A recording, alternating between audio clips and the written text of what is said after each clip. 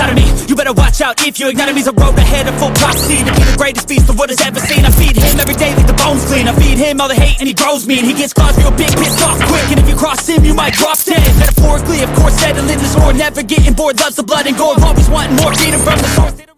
Good day, good afternoon, good evening to all of you wherever you are in the world. So once again, this is yours truly, Jeff Caceres of Nomad Fury, and we're back for another episode of the Nomads podcast. So our special guest for today's episode is the founder of Symphony. So please welcome to the show, 0xShark. Hi guys, thanks for having me on board and excited to share more about this. Okay, and also I would like to say hello to all of our subscribers and viewers who are tuning in to our podcast with 0xShark, the founder of Symphony. So I'm really curious on what is this Web3 game all about. This is your chance, guys, to learn more coming from the founder himself. And of course, before we begin, please take note that we're not promoting any financial or investment advice. So this is only for educational and informative purposes, okay? So are we all set? Yep. Sure. All right, so let's begin. Yeah, so perhaps I'll share a little bit on a big overview of what is Star Symphony first. So on a quick one, Star Symphony is a rhythm gaming ecosystem. We kind of mix music and gaming together. I like to use three games to illustrate what we are. First of all, we have Guitar Hero or maybe O2 Jam, and we add in an element of competitiveness like Mario Kart. There's a lot about buffing yourself, debuffing your opponent, disrupt their gameplay, confuse them, and make it more fun, right? And last thing is we have a very huge variety of assets for you to be upgrading, to decorate, a lot of different skins, different decorations, different instruments, different characters for you to collect. Sometimes we even like to call it is like the Genshin Impact of rhythm gaming. Yeah, so we kind of mix three major games, we mix it together to create a very fun, unique experience where rhythm game has not experienced it before. Yeah. Wow, so that's a great introduction on what the Star Symphony is all about. You know, because to be honest, you guys kind of reminded me of those days where O2 Jam, Audition, Guitar Hero, and the like. It was popular back then. I myself, when I was in college, I used to play those kinds of games. I was addicted, doing those rhythm, whether in the keyboard or in the Dance Revolution or something like that. Well, I'm addicted to it. And to be honest, I have yet to see a rhythm game in the Web3 space. So maybe you guys are the first one, but correct me if I'm wrong later on. But it's going to be a very exciting one. So yes, thank you so much for that. But before you guys have created Star Symphony, let's try to stroll back in time. So, could you share how you got started in the world of crypto and Web3, and what inspires you to pursue this industry? All right. So personally, I used to be in brand marketing for more than 10 years. I used to do a lot of work for property developers, especially in bringing crowd to the sales gallery, creating hype for their projects. And then after that, I did a number of different projects for esports, a lot on Dota and Mobile Legends. Then during when COVID came, it hit. I kind of pivoted a little bit more to Web3. I joined the crypto space like for real is during the crypto summer, where the DeFi summer to be specific. I started coming in with when Matic was still in Sense and put it on Curve again and again the landing protocols. Then when I was first exposed to Axie Infinity when AXS was about $2, $2 to $3 range, I joined a friend as a scholar, right? And I felt, oh damn, this is like a pretty cool business model, right? And it sounds too good to be true, but we're in a good time, right? Let's do it. Then I formed my previous guild called Monstax. We were one of the biggest guild in Malaysia, Singapore, with 1,200 Malaysian and Singaporeans. Then we grew very quickly in 6 months. I did the first Malaysia XC tournament. Then we hosted a Southeast Asia XC tournament. And by January 2022, when XC was started to making a lot of changes, I kind of exited the entire guild industry and sold it before the big down curve started. Yeah. Then at the time, we kind of felt like music, I mean, not music, as in blockchain gaming still has very high potential, but we just need to readjust the tokenomics to become more sustainable and more interesting and fun for gamers instead of farmers. So we started revamping the models. And while we were deciding what to do, I kind of see a very huge gap for music gaming, because I think music NFTs are a bit early, right? We're a bit early of time, but there's very huge potential for music NFTs over there. So what we want to do is we want to bridge these two worlds together, gamify the music experience to empower music creators, at the same time really giving gamers a very fun experience through rhythm gaming. Wow, that's really awesome for us to hear from you on how you got started your journey in the crypto and the Web3 space, and why did you pursue this industry until you guys have come up with this amazing idea of creating Star Symphony. Now, going back to your project, Star Symphony, why did you come up with that name? What inspired you to do it? Well, while we were trying to come up with a name for Star Symphony, we were thinking, what could we really relate with? Then, I mean, like Guitar Hero is about reliving your dream as a rock star, right? Then we kind of think like we want everyone to be able to bring out their inner star, right? So that's why you have the star word. Then and what we wanted to do with Star Symphony to be very different from other rhythm games is the capacity to play as a team, the capacity to play as a clan, right? So when you talk about clan, it's no longer a player, it's no longer a person. It could be a band, it could be an orchestra, and then we came a lot many different words. Hey, a symphony sounds cool, right? So yeah, be a symphony of stars, right? And symphony of stars kind of sounded a little bit too long for us, so we kind of shortened it Star Symphony. Oh, I see. At least we've learned from you on why did you come up with that name. It's really amazing for us to hear, about what's behind Star Symphony. Let's try to talk about its use cases. When we're going to start playing the game, are we required to have at least one NFT, or do you have the free to play option?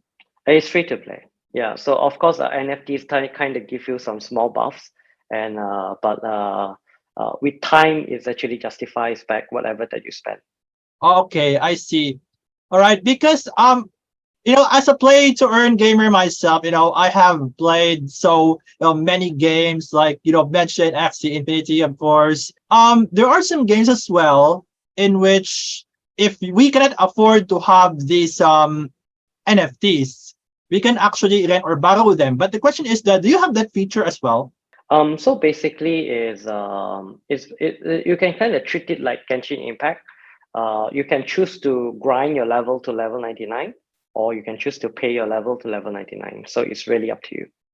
So we don't really have a restriction on how you want to do it, because I believe there are still many people who enjoys the game and like doing it the long way, right? Or some they just want to be quickly get the best equipment, the best outfit, and yeah, I'm super strong, right? With money, yeah. And it does plays a role, because end of the day, as developers, we need to balance between both the monetization and also the fun element for the true players out there. Oh, I see. Because yeah, that's really important, when it comes to balancing both, having fun and monetization at the same time, in which I had to admit that it's one of the common problems that we have, nowadays in the play to earn industry. Yeah, that's what I have experienced, when I am playing so many Web3 games. Okay. Now, my question for you is about your Star Symphony game. Which stages are you right now? Are you still developing that game today, or do you already have the early alpha access or so? Actually, our pre-alpha has been completed, and we are launching our alpha in the next 2 months. So you'll be expecting to see the alpha play to be released very soon. And are we still in development? Yes, we're still refining a lot of different things. But we're going to be doing something very interesting where we'll be blocking out our alpha in phases. So you'll be have alpha 1, then 1.2, 1.3, 1.4 before we move towards beta.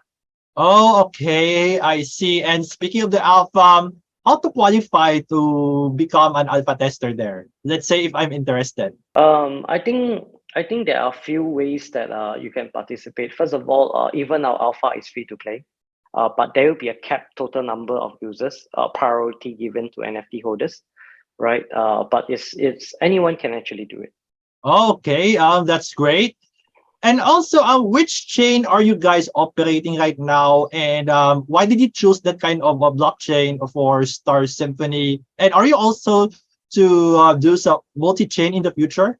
Um, will be very interesting because coming from my perspective, the chain itself is not the most important because as long the chain is safe, is secured, is stable, gamers don't really care. Any chain to them is the same, right? As long it's fun, it's good, and the assets are safe, right? So for us, we are starting with the very first chain that we are talking to very closely is Arbitrum. We are going to be joining one of their ecosystem. There are few reasons why we chose them is they have a very solid community in the gaming space, and at the same time, they have a very reasonable gas fees that we think that the users can accept, right? So we do want to bring in a very unique genre. I think in the whole space as a whole, rhythm gaming is already very niche. You don't see our games in any other chain as well. So we do want to live up the entire Arbitrum ecosystem with a very fresh game genre together with them. Oh, I see. Okay. At least I understand about it. I have a specific question regarding the feature, the Star Symphony based, on my experience in playing those rhythm kind of games. I understand that, we select music, tracks, and so on. Okay. Especially, there are some specific steps, like easy, medium, and hard. My question is, do you also have the option for us to customize our own rhythm steps, whatever you call that, Okay, for okay, for yeah. the So, music that we want to choose mm, in the Star Symphony? all right, you're talking about beat mapping, right? Like Oh yeah, creating yeah, yes. creating the beats, yeah. So we have already completed our first version of the bitmap editor, so definitely that's available. So are we opening it up for content creators to create their own bitmaps? Maybe not immediately, but definitely is an option that we can release because it's completed anyway. But at the same time, we are trying to go on a different approach where we want to create enough bitmaps by our professional bitmappers. Our bitmappers previously has worked on games like O2 Jam, etc. Right? So we want to use the data that they have and slowly go through a process for our AI learning to create bitmaps on the go instead of creating by humans in the long run. Oh, okay, I see. So Yep. I'll look forward to that one, 0xShark. And also, I see in your website about the Elder Pass. So could you elaborate more about it and how could we get it? All right.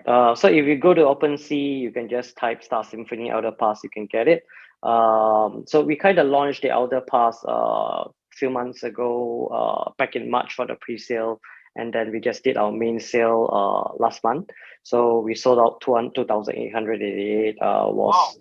We are pretty lucky in this current market. We still done it not bad, right? So we're quite happy with wherever we have. And the main purpose of the other passes is it's actually a PFP collection, but at the same time, it allows you to collect all the airdrops. So all the airdrops for all the NFTs that you'll be getting on Arbitrum, the outfit, the instrument, the elemental spirits, the decorations, is all inside there, right? So you kind of one NFT that signifies how many things you can get. So at the same time, it also gives you the chance to vote for what type of music you want in the game, right? Because once the content creators pool continue to increase, we can't be making every single song our game song, right?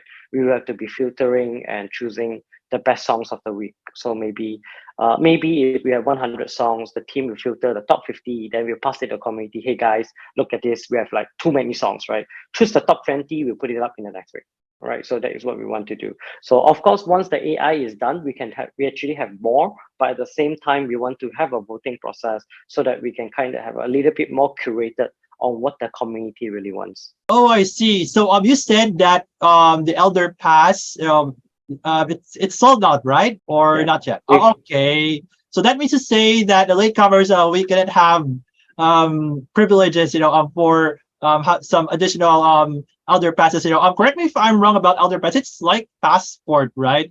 Just like in Mm, Galaxy, it's there is also a passport, the same functions, right? In which Yeah. you could gain some privileges and some future perks like the airdrops. Oh, okay, I see. That's great. Another specific question that I want to ask you. Aside from editing our beats, there are some music channels out there that like the non-copyright music. So is it possible that you guys could import those kinds of music to Star Um, Symphony or so? Is that I possible? think one of the biggest strength that Star Symphony do is most of our music is creator economy generated. So that means the music comes from our community, Oh, majority of it. We do have some music that we own the copyrights, especially the songs that we work with the creators from Final Fantasy and Kingdom Hearts. So those we wholly own, right? But then there are also some music that we work with, like for example, Ash Nova, Billboard artists from North America. We are working with them. We have French music that we're working with someone else. We have some Thai music, Japanese music. We have some music. We also have Sodrano from Philippines. We have what's the group's name? Adora from Thailand. So it's very wide, and I think that is also one of our biggest strength, right? Because we'll be able to tap the rhythm game industry into a lot of different regions. That means imagine our game is being sold to India, right? Playing in the Hindi music, Punjab or Telugu music, oh. their local languages. This will open a fresh whole new market for the rhythm game industry that has always been populated by Japanese or English. Okay, I see. That's really awesome to hear. And another specific question, could you share about the game modes that you have inside the Star Symphony? Like, if there is, I know that it's common for us to have a single player mode, but is there kind of a PvP tournament or something like that? Could you share to us? All right, there are a few game modes. First of all, we have the story mode, and then we have the story mode that is single player mode without the story mode, basically the practice mode. Once you have unlocked the songs or you go to the music store, you buy your favorite songs, you can play unlimited times on your own. Then we have the PvP mode, one versus one. So when in the PvP mode, you are not able to choose a song. It's 100% random based on the trophy level that you're in. There will be a rank sequence for you to climb, right? Then on top of that, you can also play socially, where you can add your friend and versus your friend based on the music libraries that you have. Then we have the 5v5, which is a little bit curated more for esports. This is the one that we work very closely with Guitar Hero and Team Secret to create. This is to have 5 players versus 5 players with a unique gameplay between. It's different from the 1v1, a very unique gameplay. So different instruments may have different keys. Like for example, the guitar is 5 keys, the keyboard is 10 keys, drums is 7 keys, and every of these different instrument kind of carries a different weight on how the game is actually played. So a lot of strategy thinking, a lot of quick responses, and how to play as a team. The spells that you use as a team. Yeah. So imagine it's like a little bit like Dota that you need to really time your spells well instead of just spamming all at one time, right? So that you can maximize the effect and how you can benefit your own team itself. And the last mode we have is the clan mode, where it's 24 versus 24. And this will come a little bit later as we focus on curating the first 2 modes. And every few months we constantly have patch updates to grow into the end goal that we want with all the different 5 modes. Oh, I see. Those are some of the amazing modes that you have, especially, the story, the 5 versus 5 mode, and so on. Okay. Quite another specific question that I have for you regarding Star Symphony. Do you also guys offer some kind of NFT staking feature, just like the other NFT games, where we can just lock our NFTs and then we just gain some perks, as based on how long we have locked our NFTs. Do you have that feature? Ours is actually is very much proof of play. So unless you use the NFTs, it doesn't grow. Oh, I see. Okay. And also you have your own token, right? Yeah, but it's not planned to be released this year. Yeah, it'll be a little bit later. Okay. Regarding about your token, because I know that most of the Web3 games, it is common for them to have dual tokens. But I just don't know about you guys. So could you share some of the utilities that you have for your tokens before it's All going to be? right, all right. Our core token is called Symphony token. So we are running on a singular token instead of 2 tokens. So of course, our main reasoning is we don't think that we need two liquidity pools to sustain one single entity that we really want to do, right? So are we? Am I going to deny that there will be a future secondary token? As of now, we have no plans for it, right? And we think that one is actually sufficient. So the main utilities is going to be, of course, there's something that I like to call soft governance. People can kind of get to vote things that does not shape the company completely, but can influence the law, influence the meta, and influence the changes that is supposed to come, right? And at the same time, the tokens are all going to be, I wouldn't say burned, but will be sent to a black hole for any future usages. If we hit too fast and not enough tokens, we might use the black hole tokens and to be replenished into the main treasury, right? So these tokens majority is all through buybacks, and also at the same time we have all our tournaments that function like $2 compendiums. You kind of buy it and a portion continues to grow the price pool. So our price pool is always a growing price pool. Oh, I see it. So we've learned from you about the utilities of your token, in which it will be released soon. Okay, now my next question for you is something that is kind of really important, because for the past few years until now, most of the platforms, especially Web3 games, are experiencing so many security vulnerabilities, especially hacking incidents. How could you guys ensure that your platform is secured and to combat against these vulnerabilities, that I have mentioned? I think in terms of security, most of the hacks, right, has always been happening on breaches. If you actually really look at it, most of the time it's actually when there's a breach transaction or there are too many breach involved, and that's where the hacks usually happen. That is why the first question you asked me earlier, am I going to do multi-chain? Is something that we don't think that is something that we want to look into right now, because one of the biggest costs in building this development on the blockchain space, especially, is actually the security portion, right?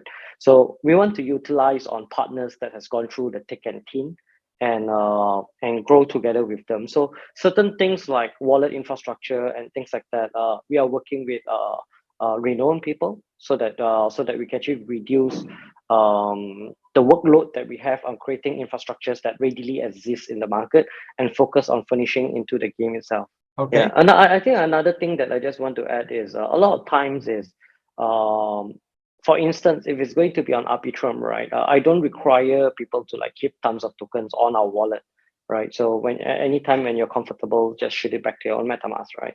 There is no reason for you to be like putting shit ton of tokens on my wallet. There is no purpose. My main purpose of my wallet is to facilitate my game, and the purpose is just to facilitate my game, and it's nothing more than that. Okay, I see it. At least we've learned from you about that, regarding your security features for the Star Symphony. My next question is also something very important. I know that one of the common issues that most of the Web3 games like Axie Infinity is for a player to have more than one account. So my question for you is, how do you handle this? Do you have restrictions for multiple accounts? I think per device, one account is totally fine, right? Because end of the day, you're really spending time to play, and we are not play to earn; we are win to earn. So unless you can have all your accounts in the top 10,000, it doesn't matter to us, right? The rest is you're just playing for free. So you can grind all you want, but only 10,000 people, the top 10,000 best people, will be able to be in the top leaderboard. So the restrictions as of now is always been one device, one player, and really depending on the growth and how abused the system actually is, we'll take different precautionary steps. Okay, I see. At least we've learned it. All right. Now, my next question is, regarding how can we access Star Symphony? Let's say your game is already launched in the market. Is it available on desktop users only, or can it be available in Android, iOS, or any device? All right. This is one of the most questions that we get. Definitely, we are now preparing for PC, which is on EXE, but we are also looking on. We're actually testing right now if we can actually move everything to browser so that we can cater to the Apple users as well. And if it works well, then we can directly optimize for mobile as well. So it should be able to run on multi places. But if not, the alpha processes will be focused on PC and for browsers. Then later on, we'll be focusing for mobile.